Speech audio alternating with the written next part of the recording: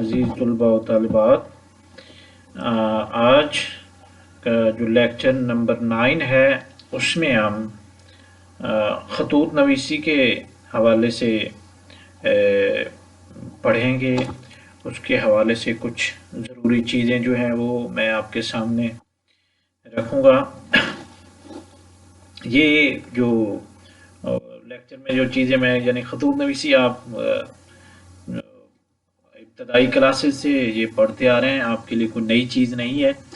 तो एक इयादा के तौर पर यानी एक आपकी मश्क के हवाले से, क्योंकि ये निसाब जो है अमली उर्दू है, तो जो आपको रोज़मर्रा ज़िंदगी में या रोज़मर्रा ज़िंदगी के जो मामलात हैं उनमें जो काम करने पड़ते हैं उनके हवाले से इनकी बड़ी अहमियत है। यानी ख़तूत मुख्तलिफ़ कैटेगरीज़ के हैं, यानी जिस तरह आप वालिद साहब को लिखेंगे तो वो किस तरह वालदा को, उस्ताद को, मुख्तलिफ़ यानी रिश्तेदारों के हवाले से, तो ये अभी सारी चीज़ें हम देखेंगे। तो इनकी बड़ी अहमियत है। अगरचे इस दौर में जो ख़तूत नवीसी का जो रवाज है वो कम हो गया है व्हाट्सएप और सोशल मीडिया की मौजूदगी में, और आसान राब्तों ने यानी वो ख़तूत नवीसी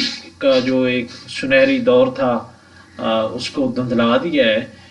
बहरहाल फिर भी इनकी अहमियत है, और किसी न किसी हवाले से अगर आप कहीं पे भी जॉब करेंगे, मुख्तलिफ जो ओहदों पर पहुँचेंगे तो आपको इनसे वास्ता पड़ता है। तो इसलिए एक तरबियत के तौर पर आपको जो है इनसे बारे में थोड़ी सी मालूमात जो है वो दी जाएगी। तो सबसे पहले आप ये मुलाज़ा फरमा रहे हैं, स्क्रीन पर भी हिदायत हैं, तो इसमें आप ये देखें कि कुछ चीज़ें जो हैं ये आपने इनको अच्छी तरह जहन नशीन करना है कि ख़त जो है सबसे पहले ये है क्या।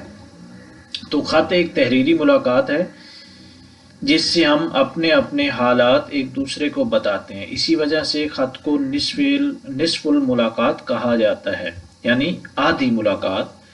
अगरचे हम एक दूसरे को देख नहीं पाते मगर अपने और दूसरों के हालात से आगाह हो जाते हैं। तो ये तो एक था जो जहाँ तक स्टेटमेंट एक पुराने दौर में इसको आधी मुलाकात। अब तो आप यानी जो वीडियो कॉल है, दूसरी जो इतनी आसानी से और आसान पैकेज से आसानी जो दस्तरस है एक दूसरे तक अपनी जो मालूमात पैगामात आप दे सकते हैं। तो सोशल मीडिया के दौर में अगरचे वो ख़तूत की जो अहमियत उतनी नहीं रही मगर फिर भी ये अहम है। तो अब यानी आप ये देखें कि ख़त लिखते वक्त आपने इन हिदायत पर अमल करना है।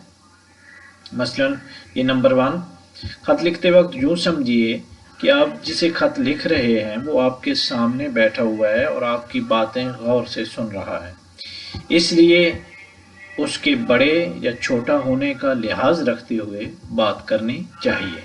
नंबर 2, जो कुछ आप लिखना या कहना चाहते हैं वो मुख्तसर अल्फाज में लिखें ताकि अपना और दूसरे का वक्त ज़ाया ना हो। नंबर 3, ख़त में कोई फजूल बात ना लिखें, मतलब की बातें लिखें, और जो कुछ लिखें साफ और खुश ख़त लिखें। 4, ख़त को छोटे छोटे जुमलों में मुरतब करना चाहिए। लंबे फ़िक्रे अक्सर उलझन का बायस होते हैं, तहरीर में भद्दापन पैदा हो जाता है। 5, ख़त के आगाज़ में पेशानी पर बिस्मिल्लाहिर्रहमानिर्रहीम लिखिए।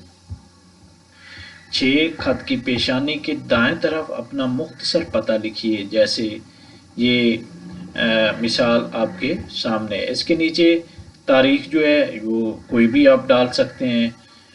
उसके अलावा अरबी ज़ुबान में ख़त को मकतूब और लिखने वाले को कातिब या मकतूब निगार, और जिसे ख़त लिखा जाए उसे मकतूब इलह कहा जाता है। तो आगे हम चलते हैं तो देखते हैं कि ख़त के जो हैं वो कितने हिस्से हैं। तो अमूमन ख़त मंदरजा झैल हिस्सों पर मुश्तमिल होता है। मसलन नंबर 1 क्या है, मकाम रवानगी और तारीख़। नंबर 2 अलकाब, 3 आदाब व तस्लीमात, 4 ख़त का मजमून या नफ्सी मजमून, 5 इख्तिताम मकतूब यानी मकतूब का जो ख़त्म करने का जो तरीका है वो, 6 कातिब या ख़त लिखने वाले का नाम और पता, और 7 नंबर मकतूब इलह का पता। अब ये चीज़ आती है यहाँ पर कि ख़तूत की कितनी किस्में हैं।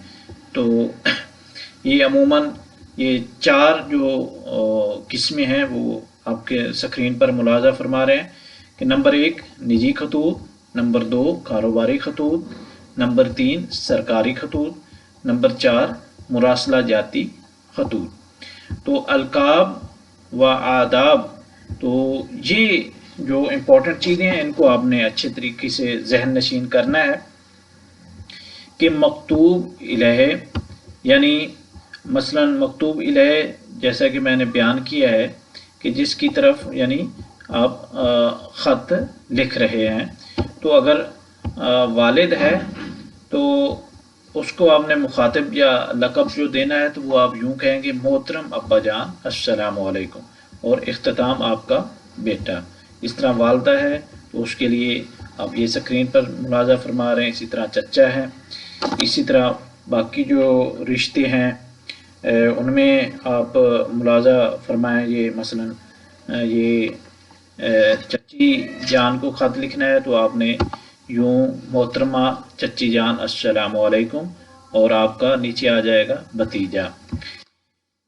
इसी तरह मामू है तो मोहतरम मामू जान अस्सलाम वालेकुम, नीचे आपका भांजा। यानी ये इख्तिताम, यानी जैसा कि आपने ये देखा है कि ख़ात्मा जो है वो किस तरह करना है, अलकाब व आदाब किस तरह देनी है, और मकतूब इलह जो है वो कौन है उसकी मुनासबत से ख़ात्मा भी होगा। इसी तरह ममानी है तो मोहतरमा ममानी जान हो जाएगा। इसी तरह खालू है मोहतरमा खालू जान अस्सलाम वालेकुम, आपका फरमा बरदार। इस तरह खाला है मोहतरमा खाला जान अस्सलाम वालेकुम, आपका ये ख़ात्मा हो जाएगा, आपका फरमा बरदार। उस्ताद को ख़त लिख रहे हैं तो उस्ताद मोहतरम अस्सलाम वालेकुम, और इख्तिताम पर आप जो लक़ब देंगे या आप जो इख्तिताम करेंगे वो इस तरह आपका शागिर्द। इस तरह दोस्त को लिख रहे हैं तो दोस्त के नाम से भी कह सकते हैं, जिस तरह सैयद भाई, चौधरी भाई, या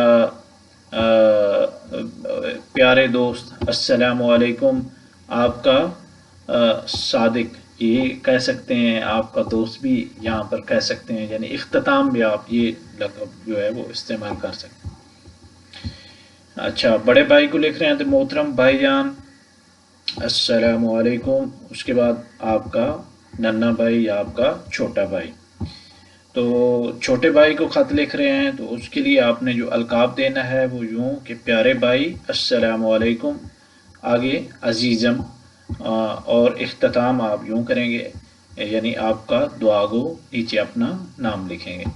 इस तरह बड़ी बहन को लिख रहे हैं तो प्यारी आपा जान अस्सलाम वालेकुम, और उसका इख्तिताम पे जो आपका अजीज़ भाई। इस तरह छोटी बहन को लिख रहे हैं प्यारी बहन अस्सलाम वालेकुम, मुन्नी आपा, और इख्तिताम आपका भाई।